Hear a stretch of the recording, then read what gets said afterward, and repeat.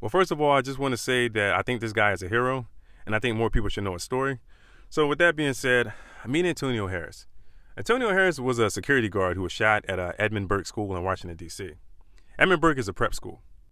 Now, me personally, I never attended a prep school, but when I was in high school, I had a few friends who played basketball, and they transferred from public school to prep school in order to get their grades up so they could later play ball in college.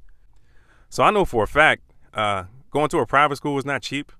Tuition is very expensive, and this school is located in one of the wealthiest neighborhoods in Washington, D.C. So yeah, it's pretty expensive there. And based on the reports, no one thought something like this would ever happen at this school, not even Harris. And before he became a security guard, he was actually a police officer for 26 years. So imagine coming to work one day and seeing someone shooting from a rooftop, because that's what happened to him. So at this point, his adrenaline's pumping. He starts rushing students back inside the building. And while he's in the process of doing that, he got shot in the rib cage. There were 4 victims in the shooting, Antonio Harris, and there were 3 other victims. There was a woman in her 30s, a woman in her 60s, and also a 12-year-old girl. They rushed him to the hospital, and his injuries were so bad, the trauma surgeon gave him a 50-50 chance of making it.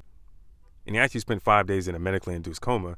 And when he finally woke up, he wasn't sure if he was ever going to be the same again, meaning that, he wasn't sure if he was ever going to walk again or drive a car or be able to return back to work. So it was like waking up to a nightmare.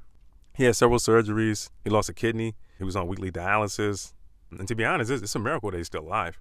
But the good news is, he was able to bounce back. And this happened a year ago. I've seen reports telling his recovery story, explaining what happened.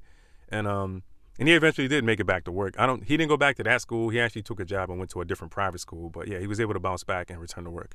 Yeah, no one died. All of the victims survived.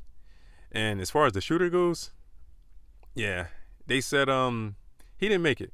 I don't want to give him any shine, but let's just say when the police were closing in on him, he took his own life. And he found like an arsenal of weapons, and the investigators said they couldn't find a clear motive for why he would do something like this.